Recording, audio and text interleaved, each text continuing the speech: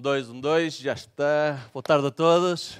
É bom estar aqui e é bom podermos continuar a nossa série de estudos sobre o Moisés no livro de Êxodo. Até agora temos visto a Deus a operar de uma forma incrível com aquele povo, a resgatá-los da escravidão do Egito e a tirá-los daquela forma incrível como eu acho que vocês viram a semana passada, não é? A abrir o Mar Vermelho e o povo de Deus a passar para depois aquilo se fechar e todo o inimigo do exército egípcio ser ali derrotado e estava ali morto na praia.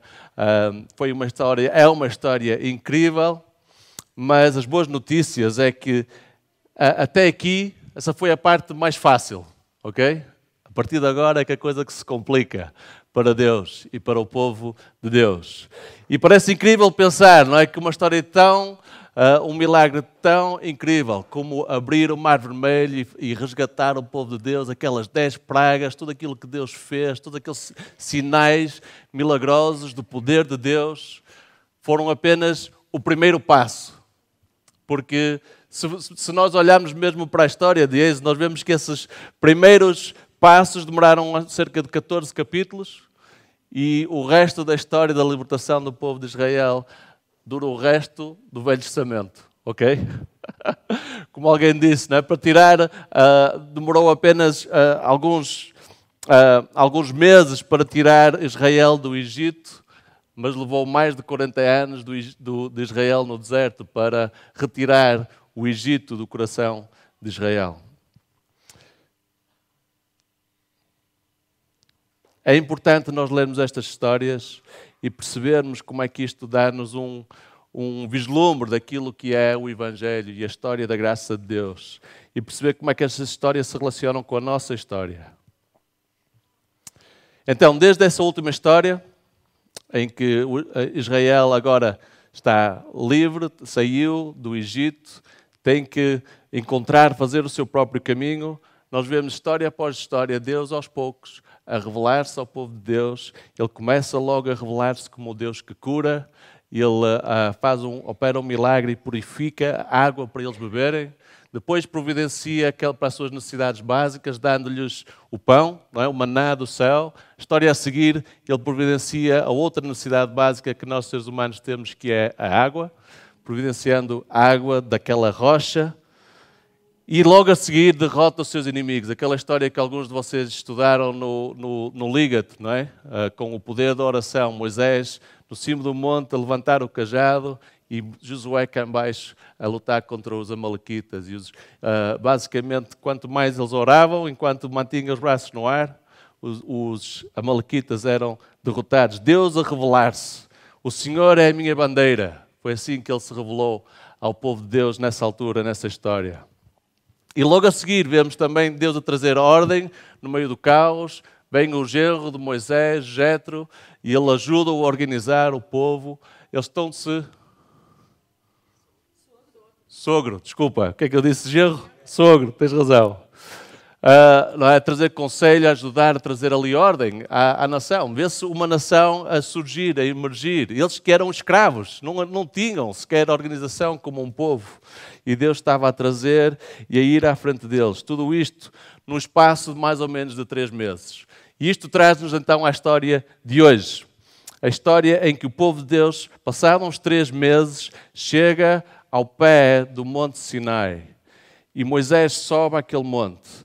O monte em que Deus se vai revelar a Moisés e ao povo. E Deus chama-o e diz o seguinte a ele. Êxodo 19, versículo 4 a 6, diz assim. Diz isto ao povo de Deus, vocês viram o que eu fiz ao Egito e como os transportei sobre asas de águias e os trouxe para junto de mim. Agora, se me obedecerem fielmente e guardarem a minha aliança, vocês serão o meu tesouro pessoal dentre todas as nações.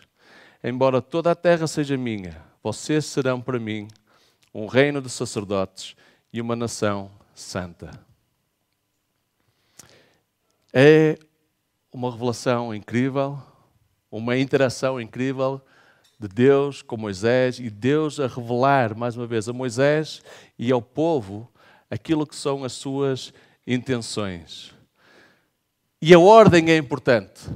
Quem é que toma a iniciativa em toda esta história? Deus é que toma a iniciativa. É Ele que desce, é Ele que chama Moisés e é Ele que Ele diz: fui eu, vocês viram como eu os transportei sobre asas de águias e eu trouxe-vos para junto de mim. Não foram vocês que vieram para junto de mim. Fui eu que vos fui buscar e tirar. Quando? Quando ainda estavam no Egito. Sim? Quando eram escravos. Quando eram incapazes de mudar as vossas circunstâncias. Estavam completamente dominados por este opressor que era o Egito e o faraó. Antes mesmo deles fazerem alguma coisa, antes deles receberem, como vamos ver, os 10 mandamentos, antes deles fazerem alguma coisa para merecer, Deus vem até eles. E é Ele que os transporta, e é Ele que os leva e traz para junto deles. Para quê? Para fazer deles o seu tesouro. Incrível. Vocês serão um tesouro pessoal dentre todas as nações. Embora toda a terra seja minha, vocês serão para mim um reino de sacerdotes e uma nação santa.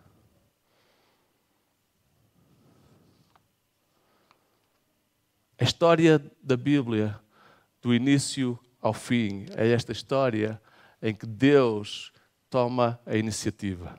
Nós temos a tendência de inverter as coisas. Normalmente nós pensamos que a vida, a nossa vida, a nossa existência aqui na Terra tem tudo a ver connosco e aquilo que nós fazemos. Não é? Mas Deus diz não. Ele é que está em controle de toda a história. A Bíblia começa com o relato da criação. Depois vemos que o homem rejeita e dá-se a queda a esta separação entre Deus e homem, porque o pecado entra no mundo. E Deus é um Deus santo, um Deus perfeito. E então Ele não pode coexistir com o pecado. E o homem é que escolhe se rebelar contra Ele. Então esta separação. Mas a partir daí, a cada página, nós vemos Deus a tomar a iniciativa. Deus a tomar o passo. Deus a criar as condições. E vemos o homem completamente incapaz de se aproximar de Deus. Pelo nosso comportamento, nunca mais chegaremos ao céu. Isso é o que está mais do que evidente ao lermos a Bíblia. Todavia, Deus, que é rico em misericórdia, pelo seu grande amor com que nos amou, tomou a iniciativa, enviou o seu Filho e nos resgatou para fazer de nós um povo para si mesmo, um povo separado onde habita a sua presença, uma nação santa, um reino de sacerdotes. A história de Êxodo dá-nos este vislumbre daquilo que Jesus vinha fazer passado uns 1500 anos. Mas voltando à história, e vamos ler o resto da história em Êxodo 19. Como eu disse, a parte mais fácil está feita, agora vem a parte difícil. Vamos ler, eu pedi ao Luís para me ajudar aqui. Êxodo 19, o Luís vai ler versículo 9 a 25 e depois versículo 18 a 20 do capítulo 20. Temos aí um micro, podes usar um desses.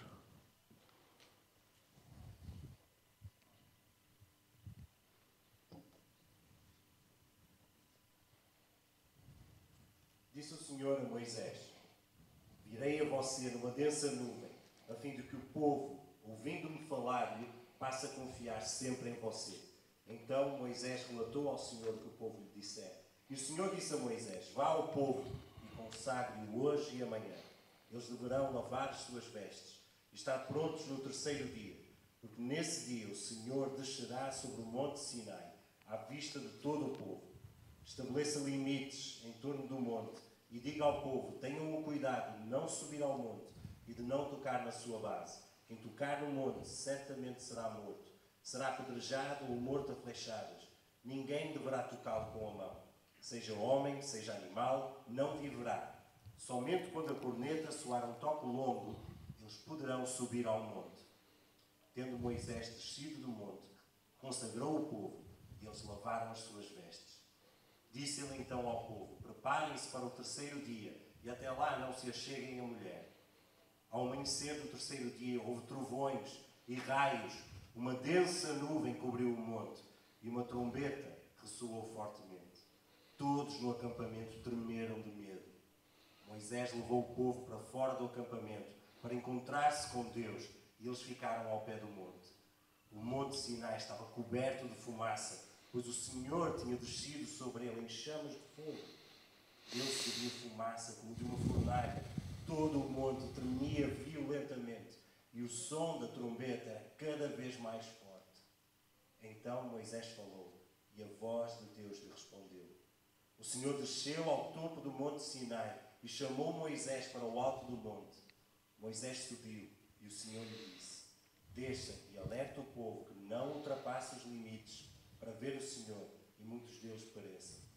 Mesmo os sacerdotes que se aproximarem do Senhor devem consagrar-se, senão o Senhor os fulminará. Moisés disse ao Senhor: o povo não pode subir ao monte Sinai, pois tu mesmo nos avisaste. Estabeleça um limite em torno do monte e declare-o santo. O Senhor respondeu: deixa, e depois torna a subir, acompanhado de Arão. Quanto aos sacerdotes e ao povo, não devem ultrapassar o limite para subir ao Senhor, senão o Senhor os fulminará. Então Moisés desceu e avisou o povo. Vendo-se o povo diante dos trovões e dos relâmpagos e do som da trombeta e do monte fumegante, todos tremeram, assustados. Ficaram à distância e disseram a Moisés: fala tu mesmo conosco e ouviremos, mas que Deus não fale conosco para que não morramos. Moisés disse ao povo: não tenham medo, Deus veio prová-los para que o temor de Deus esteja em vocês e os livre de pecado.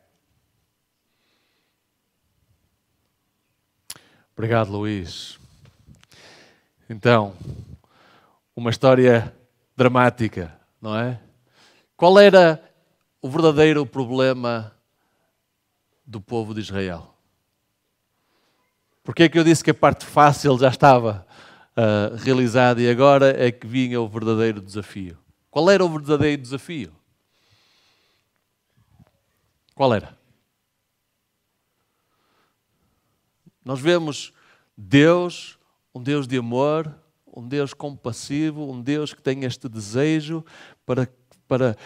que ele pegou neste povo e trouxe-o para junto dele, mas ao mesmo tempo há aqui um problema. Qual é o problema?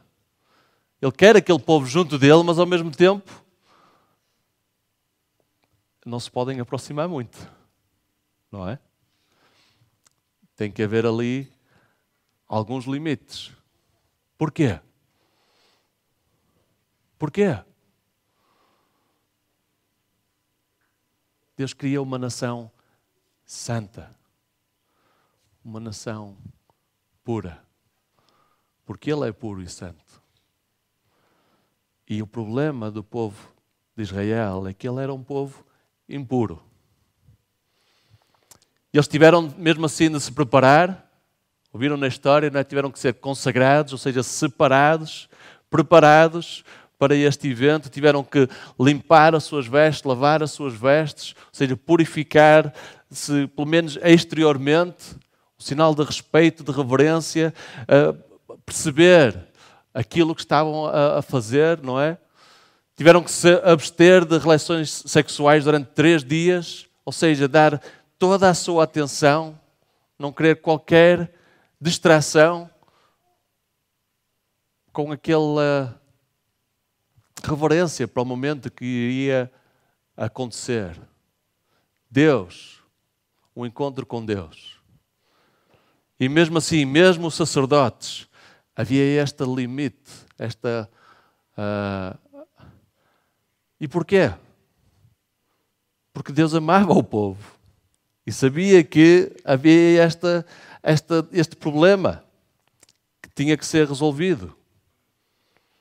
Histórias assim servem para nos relembrar, recordar a majestade, o poder, a santidade de Deus.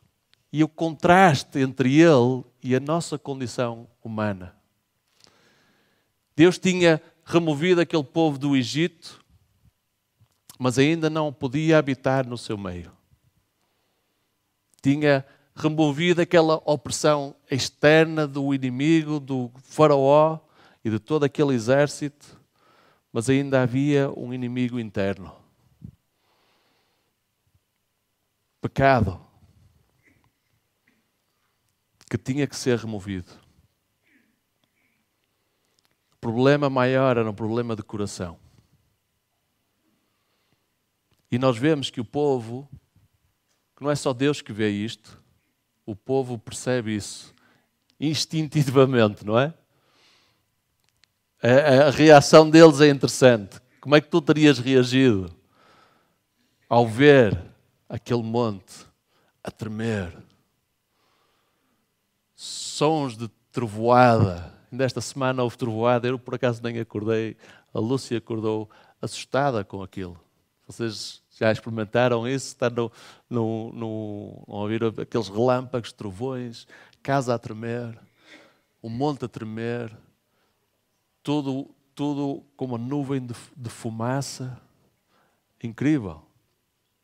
E o povo, diz no fim da passagem, capítulo 20, vendo-se diante dos trovões e dos relâmpagos e do som da trombeta, que eu imagino fosse ensurdecedor, e do monte fumegando, todos tremeram assustados e ficaram à distância. Não foi preciso convencê-los. Não é? Não houve nenhum que ficou, que curioso, que interessante. Vou ver, vou arriscar. Não.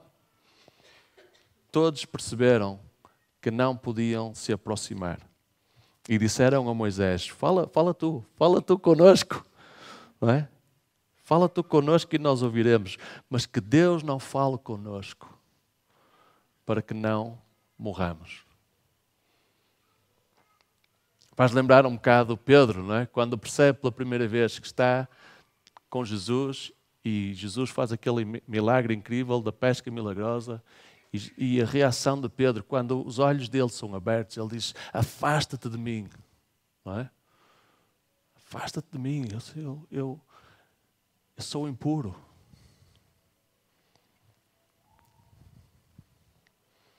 E este é o verdadeiro problema daquela nação. E Deus, mais uma vez, se continuarmos a história, nós vemos que Deus percebe isso, sabe isso, mas pelo seu desejo de ter um povo para si mesmo, Ele dá-lhes, por exemplo, o sistema sacrificial.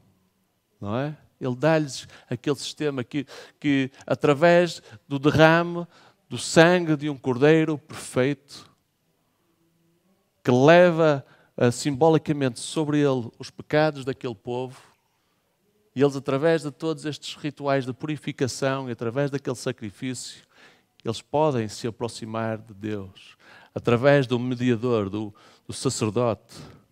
Então, Deus arranja estas outras formas, mas sabemos o que acontece, é que mesmo assim, mesmo tendo depois o tabernáculo, tendo o templo, tendo todo o sistema sacrificial, tendo os 10 mandamentos, mesmo assim, o povo de Israel falha sucessivamente.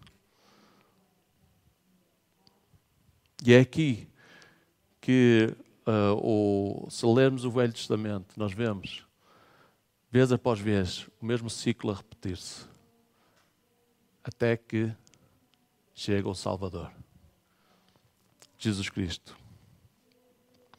Agora, vamos ler Marcos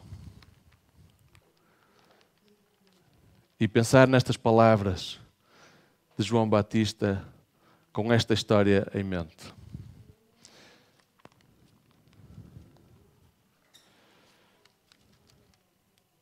Marcos, o Evangelho de Marcos começa desta forma, anunciando o princípio do Evangelho de Jesus Cristo, as boas novas de Jesus Cristo, o Filho de Deus. E diz, não é, que isto já tinha sido prometido, já tinha sido escrito até pelo profeta Isaías, que um dia ele ia enviar um mensageiro à frente dele para preparar o caminho.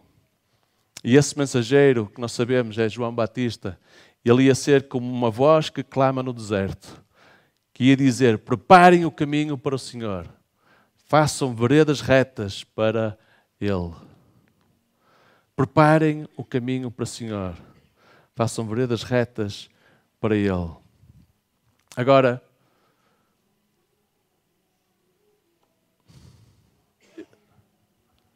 imaginem o povo de Israel que esteve ali no Monte Sinai naquele dia e teve um vislumbre à distância do Deus Criador. E agora os profetas disseram que um dia ele iria vir este Messias, e João Batista está a dizer: preparem porque ele está a chegar, ele vem aí. O que é que tu sentirias? Ei, fixe, curioso, quero me aproximar. Não. A mensagem de João Batista foi: preparem-se, arrependam-se. Arrependam-se. Porque vem aí Deus. Arrependam-se. Arrependam-se. Porque precisam de resolver este problema que é o pecado. Porque senão, quem se aproximar indevidamente será fulminado.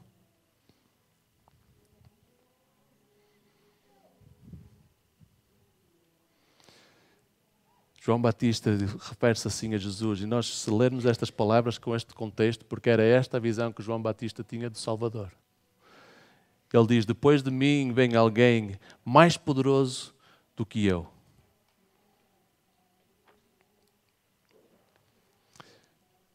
Tanto que nem sou digno de curvar-me para desapertar as correias das suas sandálias. Não é? João Batista tinha noção daquilo que estava para chegar. E imagino que ele próprio nem sabia bem como é que iria reagir quando o visse. Não é? Nós sabemos como é que ele reage. Ele diz: eis o Cordeiro de Deus, aquele que veio remover o pecado do mundo. Então, uma pergunta para ti hoje. Se tu tivesses que explicar a alguém o que é o Evangelho, o que é que são as boas notícias, as boas novas de Jesus Cristo? O que é o Evangelho? Se tu pudesses resumir e explicar a alguém, talvez a um amigo, um colega de trabalho. Mais uma vez, Marcos dá-nos aqui uma pequena dica. Porque Marcos dá-nos o Evangelho pela voz de Jesus. Ok? É uma boa dica. Se queres saber o que é o Evangelho, vamos ver o que é que Jesus diz. Como é que Jesus descreve o Evangelho? E Marcos 1, versículo 14, diz assim: depois de João Batista ser preso, Jesus foi para a Galileia proclamando as boas novas de Deus. E o que é que ele diz? O tempo é chegado. Dizia ele: o reino de Deus está próximo. Arrependam-se e creiam nas boas novas. Então, quais são as boas novas, de acordo com Jesus? As boas novas têm a ver com a vinda de alguém. Têm a ver com a vinda do reino. Não é? E por onde Jesus andou, nós vimos que ele proclamou a vinda e a chegada do reino e demonstrou isso de uma forma prática, com sinais e maravilhas e com o ensino que vinha do céu. Mas pensem nisso. Deus desceu até nós, andou entre nós e nós não fomos fulminados. Fala-se que caiu um meteoro na Terra há não sei quantos milhões de anos e que por causa disso os dinossauros foram extintos. Deus o Deus do Monte de Sião, o Deus que se revelou ao povo de Deus naquele dia, naquela montanha, cheia de fumaça, a tremer, com trovões. Esse mesmo Deus que havia sido profetizado, que João Batista diz, façam retas estas veredas, abram caminho, porque vem aí Deus, arrependam-se. Arrependam-se. Porque o Deus, Criador dos céus e da terra, está a chegar. E as boas novas é que Ele veio, mas veio de uma forma inesperada. Não só Ele veio, mas nós não fomos destruídos. Não fomos fulminados. Ele veio, mas como nós vemos em Filipenses, Ele veio, mas Ele esvaziou-se a si mesmo, veio como um servo, tornando-se semelhante aos homens. Ele não considerou que o ser igual a Deus era algo a que devia apegar-se. Foi a nossa sorte. Percebem? Se Ele tivesse vindo em toda a sua glória, estávamos feitos. E nós seríamos os primeiros a perceber isso, ao vê-lo.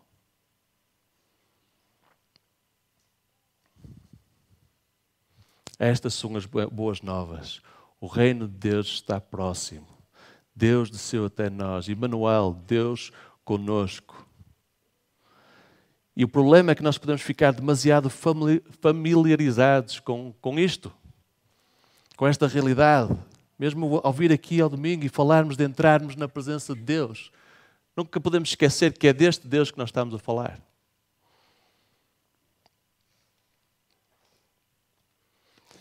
Deus desceu até nós e mais,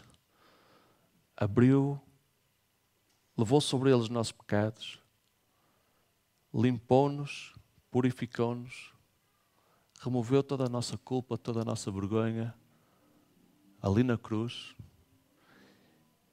e abriu esta possibilidade de nós entrarmos na sua presença. Mais, Ele veio e fez morada em nós.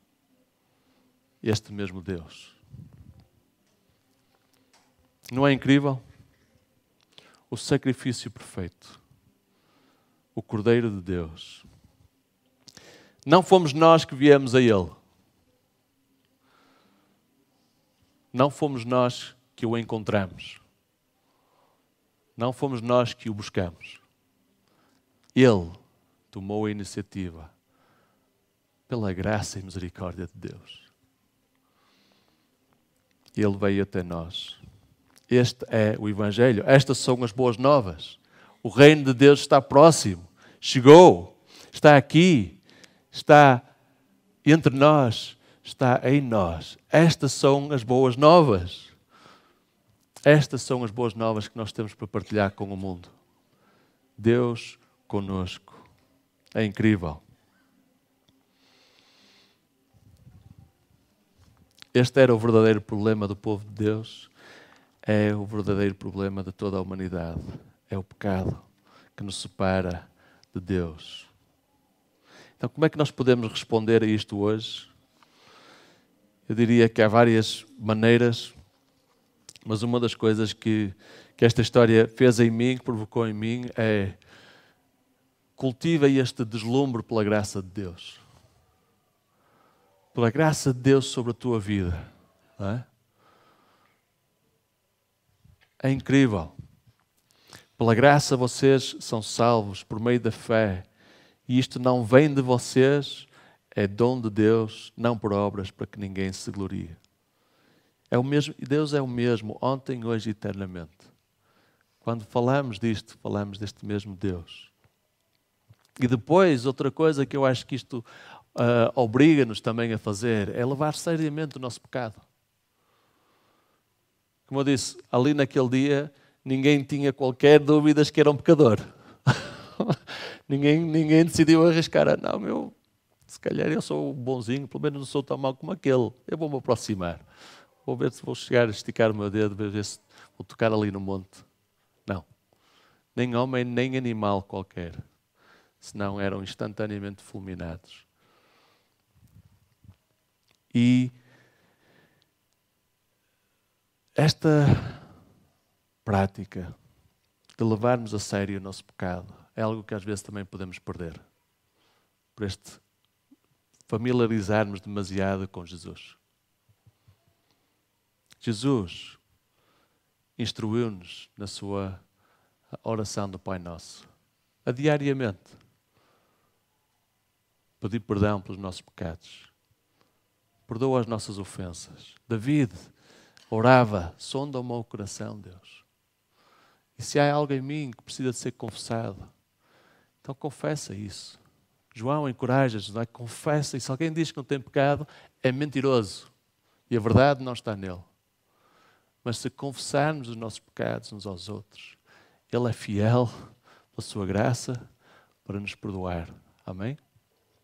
Então não é andar assim sempre com aquela culpa de carregar os nossos pecados de um lado para o outro, mas é levá-los a sério.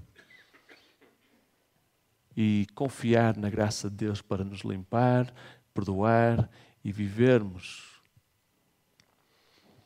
desta forma livre perante Ele. Amém? Talvez estejas aqui e ainda não tomaste esse passo de vir até Deus. Talvez estejas aqui e até podes estar a pensar, mas tens até talvez um certo de temor, porque tu sabes aquilo que está no teu coração, tu sabes aquilo que fizeste, a vida que tens vivido, e tu tens uma voz em ti a dizer, tu não te podes aproximar, tu não te podes chegar perto. E olha, quero-te dizer, se tens esse temor, isso é um bom ponto de partida. É bom termos um certo de temor ao aproximar-nos de Deus. Mas não deixes que esse temor te impeça de dar esse passo e confiares, e olhares para a cruz e confiares na sua graça, no seu perdão e no seu amor. Amém? Quando olharmos para Jesus e o seu perfeito amor faz desaparecer, afasta qualquer medo. Amém? Qualquer temor. Porque não estamos a olhar para nós, estamos a olhar para Ele, para o Cordeiro de Deus. E, como eu já disse, não fiques demasiado familiarizado com Jesus.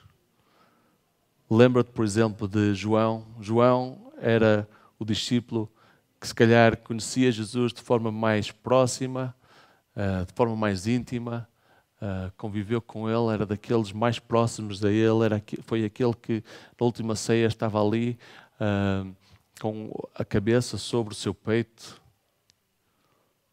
Mas quando João tem uma revelação de Jesus glorificado em Apocalipse, o que é que acontece? Cai no chão como morto.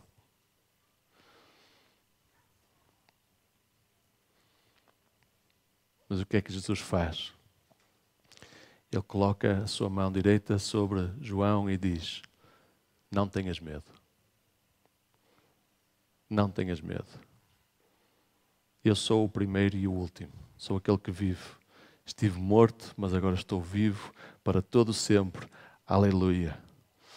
E eu tenho as chaves da morte e do Hades. E é nele que está a nossa fé e a nossa confiança. Não tenhas medo ao olhar para Jesus. Que privilégio. Nós antes de começarmos, tivemos um tempo de oração e o Emanuel, não sei se ele está aqui, ele partilhou que uma das coisas que estava no coração dele desde quando acordou foi este sentido de privilégio de podermos reunir como família, como irmãos e podermos entrar na presença de Deus. Nunca percas esse sentido de privilégio, de termos acesso ao Pai, de podermos subir ao monte, de podermos ter este contacto, este relacionamento com o Deus vivo, o Deus da criação. E termos esse mesmo Deus, não só como um amigo, mas como um irmão, e sabermos que Ele está a morar em nós. Que Ele nos libertou do poder do inimigo, libertou do poder do pecado. Ele veio nos limpar, lavar, purificar, remover toda a nossa culpa e pecado. E então, por isso, podemos estar livres. E temos a esperança da vida eterna. Amém? Amém. Vamos orar.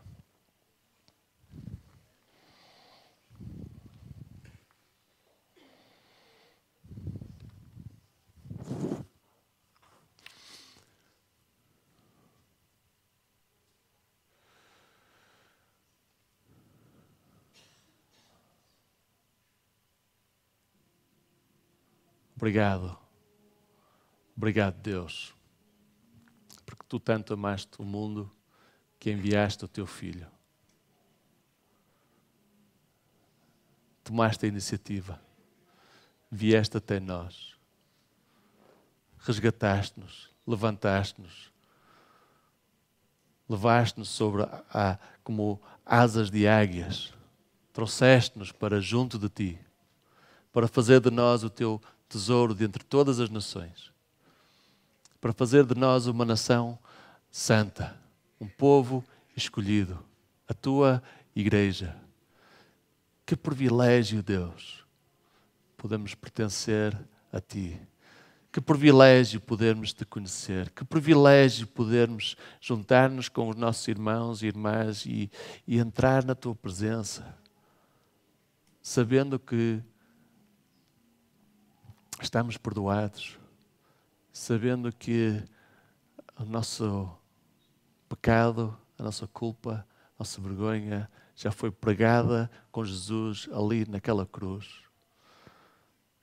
Sabendo que Tu nos aceitas, que Tu nos amas e que Tu estás em nós. Que privilégio, Deus.